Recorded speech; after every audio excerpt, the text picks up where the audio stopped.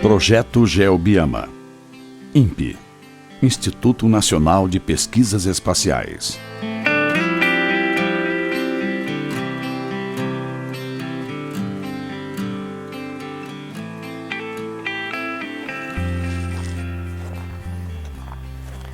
Estamos aqui no Parque Nacional do Viruá, estado de Roraima, no município de Caracaraí, uma região muito interessante, uma paisagem e uma vegetação muito diferente, ecossistemas únicos que aqui ocorrem.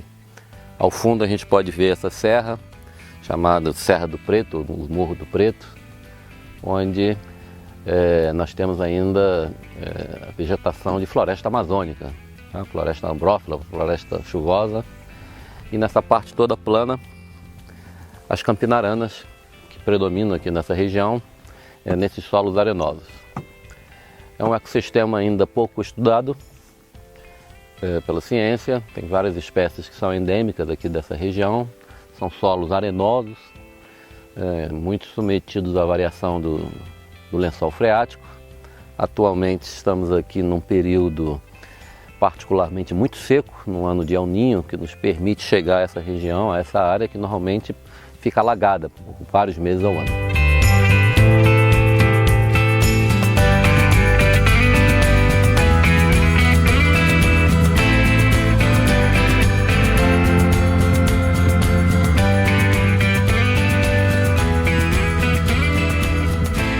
Muito importante conhecer como é que funciona esse ecossistema. É um ecossistema muito pobre, com muitos estresses para as plantas, estresses do alagamento por muitos meses ao ano, do solo muito pobre, pobreza de nutrientes tremendos, como conservar, como manejar essa área, a sua flora muito rica, sua fauna também muito específica para sobreviver nessas condições aqui. É uma unidade de conservação, um parque nacional espetacular, tá?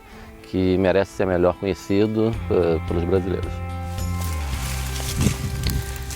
Essa pequena árvore do gênero Platycarpon, da família Rubiácea, com ramos finos, alguns poucos frutos aqui, na realidade apresenta indícios de ser um indivíduo bastante velho, antigo, com uma estrutura caulinar aqui mais grossa, provavelmente subterrânea também muito grande, e que deve ter a capacidade de rebrotar, né, depois de eventos como fogo, enchentes longas, tá?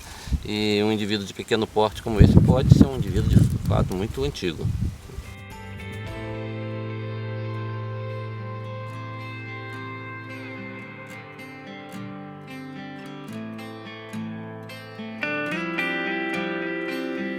Esta palmeira ela é endêmica aqui da região do Rio Negro e do Rio Branco. O nome científico dela é Barcella odora.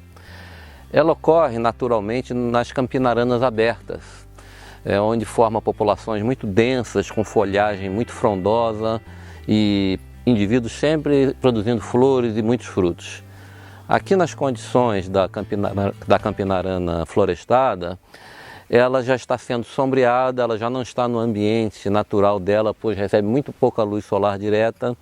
Ela adquire uma morfologia mais esticada, mais estiolada, que não é natural dessa espécie. Isso também comprova que as populações dessa palmeira foram sombreadas pela floresta que foi ocupando essas campinaranas. E hoje o que nós temos são plantas como essa, que provavelmente no longo prazo devem sair do sistema porque não vão suportar o sombreamento provocado por esse crescimento florestal aqui nessa área.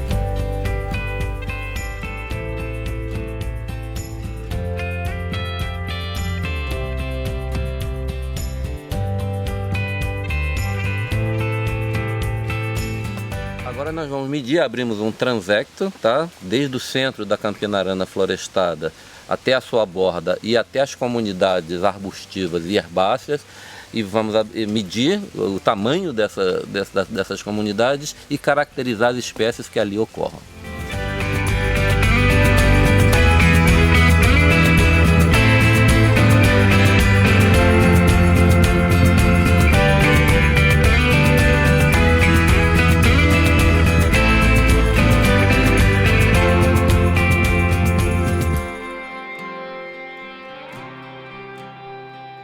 41, cap 41, altura 12 metros.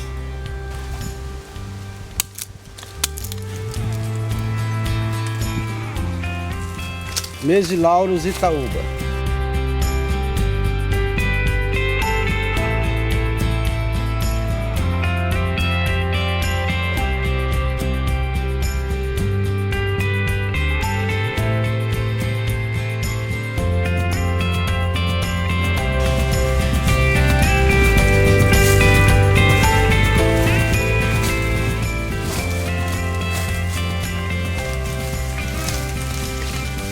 Aqui o exemplo de duas árvores de grande porte no fragmento de Campina Arana que foram derrubadas aparentemente pelo vento, uma vez que a madeira está em boas condições, não tem sinais de fogo ou de raios.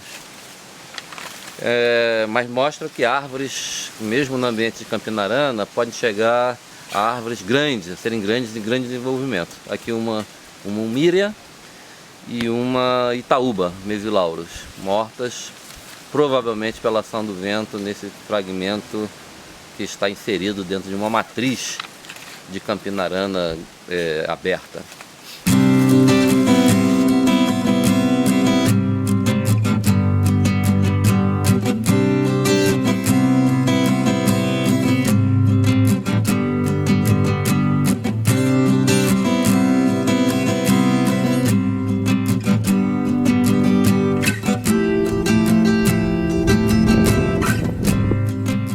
Aqui nesse ponto, aproximadamente no centro do Parque Nacional do Viruá, podemos observar diferentes fisionomias de vegetação que caracterizam essa região.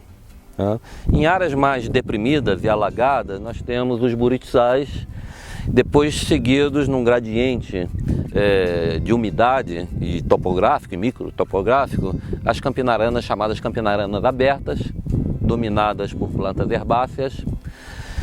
Após essa campinarana aberta ter uma transição relativamente abrupta para essa campinarana que aqui está, onde tem plantas herbáceas e arbustos, e finalmente a campinarana de porte florestal, que nós denominamos de forma geral como campinarana florestada. Então essa vegetação que nós damos uma denominação genérica de campinarana é composta por diversos tipos de formações vegetais distintas, mas que têm uma conectividade e relações ecológicas entre elas. Tá? Interessante nesse ponto é que após a campinarana florestada, mas já nos morros, no embasamento cristalino, o que ocorre é a floresta amazônica, a floresta ombrófila chamada Ileia. Tá? Então aqui desse ponto nós podemos observar todas essas fisionomias, todos esses tipos florestais e vegetais que caracterizam a região.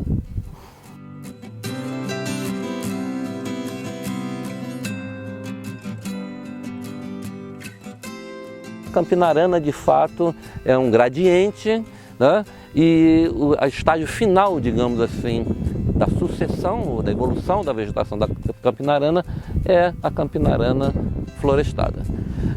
Com o passar do tempo, as condições ambientais nessa área de campinarana florestada são modificadas, permitindo que as próprias espécies da floresta amazônica ou da floresta ombrófila, dispersa pelos animais, as sementes ali chegam e se estabelecem na campinarana florestada.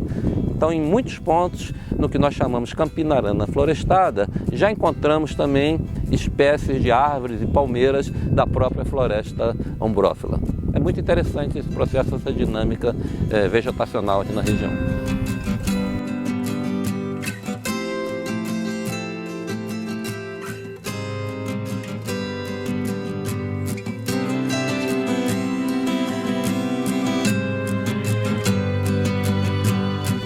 Aqui observamos nesse ambiente muito úmido, onde as árvores e arvoretas se desenvolvem com muita dificuldade, bromélias com claras adaptações para ambientes muito secos e muito extremos, né? E se reproduzindo aqui com flores, bromélias do gênero Tillandsia. Vamos levar para identificação e para estudo.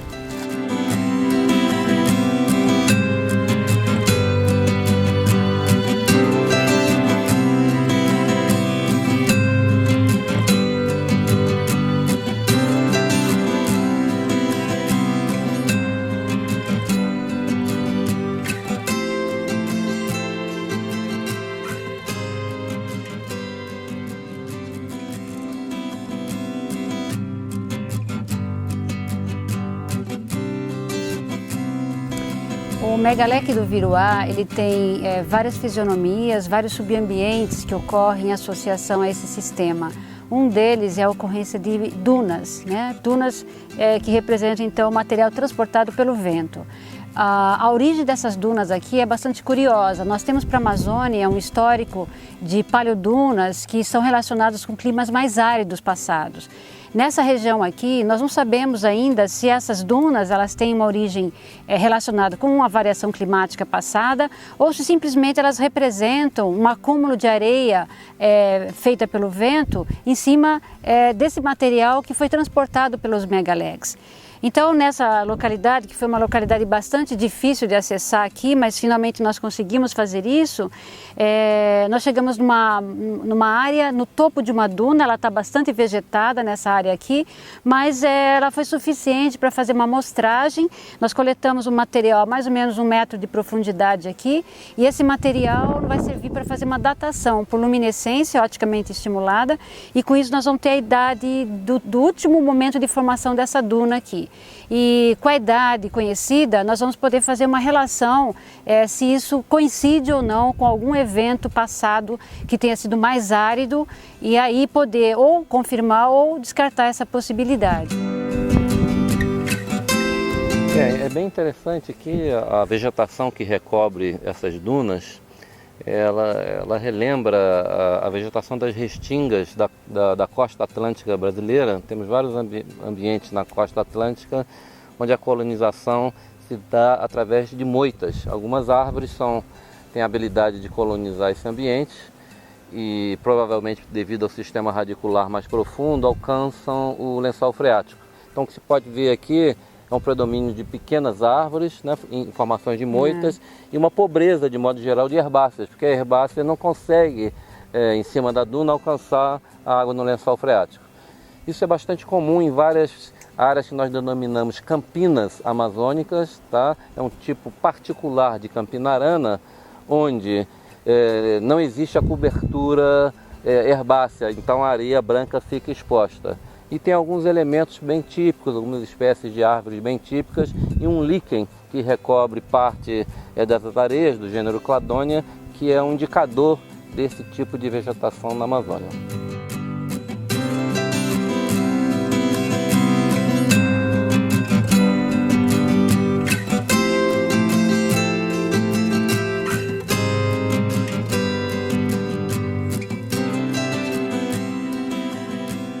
Aqui no megaleque do Viruá, são muito comuns áreas como essa, recobertas por areias brancas que são trazidas pelo vento, formando esses tipos de dunas. Após algum tempo de exposição, algumas espécies arbóreas conseguem colonizá-la formando moitas como essa aqui. Normalmente tem uma arvoreta central e ao redor dela, na matéria orgânica formada nessa moita, outras espécies colonizam. A próxima etapa dessa sucessão é o crescimento dessas moitas e a formação dessa vegetação já de característica arbórea arbustiva. Nesse estágio é muito importante a colonização dessa espécie de maior porte, que nós, com o nome científico, Rusterania retusa, porque essa espécie ela é hábil para persistir no ambiente florestal por muitas décadas. A próxima etapa sucessional é a chegada de sementes trazidas pelos animais silvestres da região, de sementes da própria floresta ombrófila, que vão ter condições de germinar, se estabelecer e se desenvolver nesse ambiente já com características florestais. Então, após um longo período, cuja duração nós estamos estudando ainda, areias brancas expostas podem se transformar, essas áreas podem sustentar uma vegetação de grande porte, de complexidade estrutural e de grande diversidade florística e diversidade biológica de modo geral.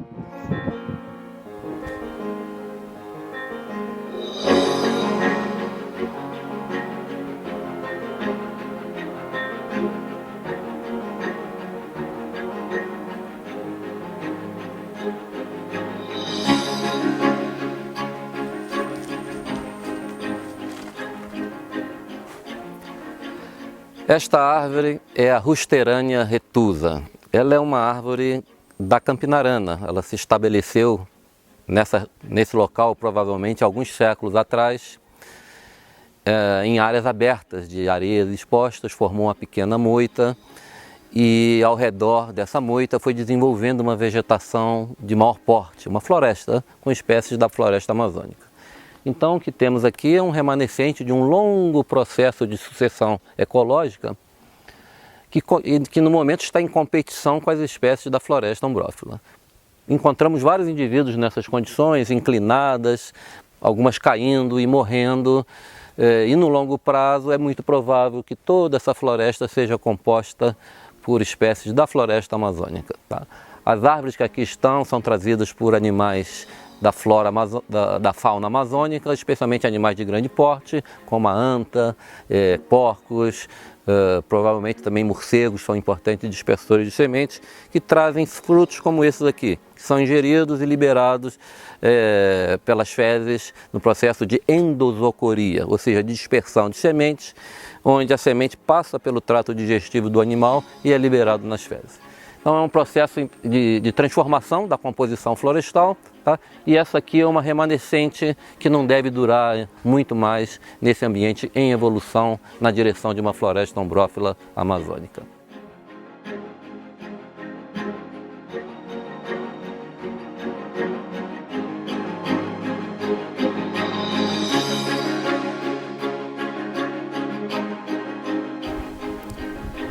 Aqui na área do Parque Nacional do Viruá ocorrem várias espécies botânicas que não ocorrem no restante do território nacional. Como exemplo, essa espécie de Platycarpum, da família Rubiácea, que é uma espécie que ocorre mais em áreas abertas, muito comum no sul da Colômbia, no sul da Venezuela, áreas abertas do escudo guianenses, né, e que ocorre aqui nessas áreas abertas e inundáveis. Ela não ocorre dentro da floresta, chegando ao máximo nas bordas das formações florestais aqui na região.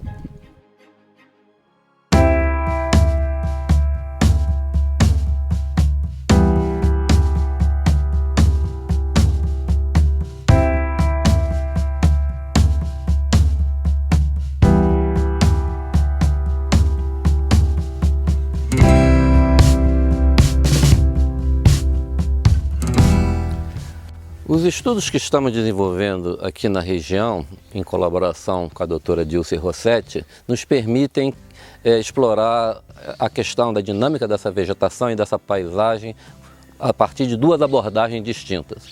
Uma referente à dinâmica da vegetação com base nos seus estudos da sucessão natural, na sequência de comunidade de plantas que ocorre desde a Campinarana até podendo chegar a uma floresta diversificada como esta floresta ombrófila que nós estamos aqui agora, mas também a compreensão dos processos hidrológicos de sedimentação e também da ação dos ventos na formação de dunas, nesse contexto ecológico da ecologia vegetal como um todo. Então a combinação dessas duas abordagens certamente nos permitirá ter uma compreensão muito maior do funcionamento desse ecossistema e dos seus diferentes hábitats e ambientes, conforme ele se apresenta aqui na região.